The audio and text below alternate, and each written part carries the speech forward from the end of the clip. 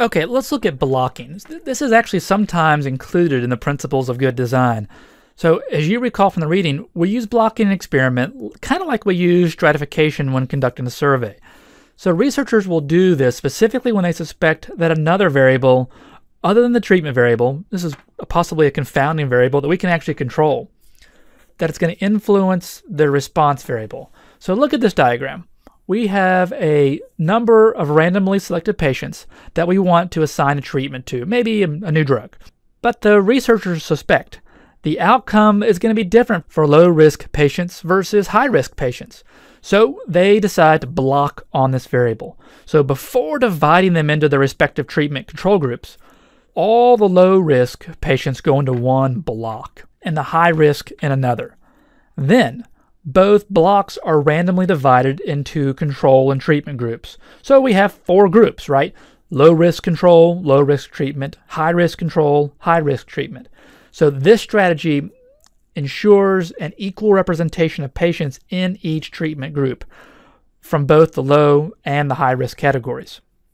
Let's look at how this can be diagrammed out. So we have our subjects, and then we put them into blocks. Block A, Block B, Block C. You could have more than 3 blocks. I just put 3 here.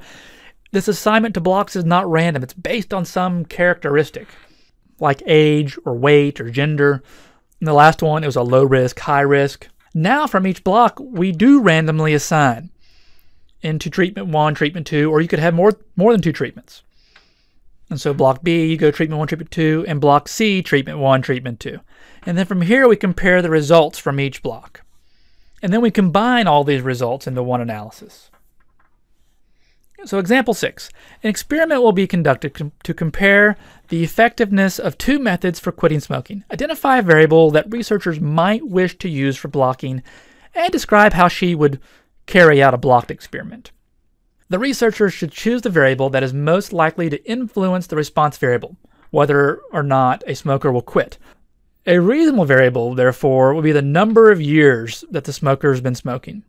So the subjects could be separated into maybe 3 blocks based on a number of years of smoking, and each block randomly divided into the 2 treatments. So here's an example of the way I did it. This is, again, the randomized block design. I took the subjects and then not randomly, but according to a certain characteristic or a variable. In this case, it was the number of years smoking. So maybe 0 to 3 years or 1 to 3 years goes in block A, 3 to 10 in block B, and then bigger than 10 in block C. And then we randomly assign the treatments. Treatment 1, treatment 2 for those who had less than 3 years. And then the same 1 and 2 for between 3 and 10 years. And more than 10 years, treatment 1, treatment 2.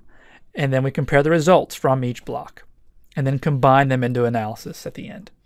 So matched pairs design is a type of randomized block design with blocks of just 2. So in this type of design, we create blocks of 2 units so they're closely matched. The treatments are then randomly assigned to each unit. For example, suppose we wanted to test a new heart drug. The researchers suspect that both gender and weight can influence the drug, so they block on gender and pair on weight. So in their spreadsheet, they would have a code for male and female, and they would sort each by weight so that it makes it easier to pair. And so pair 1 may be 2 women that weigh about 100 pounds. Pair 2 would be 2 women that weigh about 105 pounds or so, and so on.